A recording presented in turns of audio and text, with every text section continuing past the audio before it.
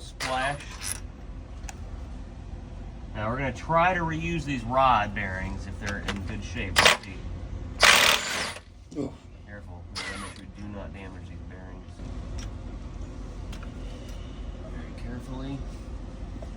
Bearing looks like it's in great shape, so we're not gonna mess with the bearings. Careful. Got it. Have that bearing.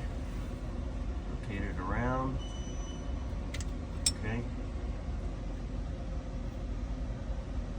That one ain't looking too hot. Looks like we're gonna have to do some rod bearings. Good? Maybe.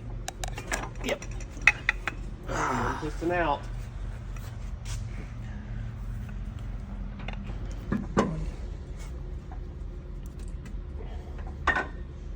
Comes the final piston.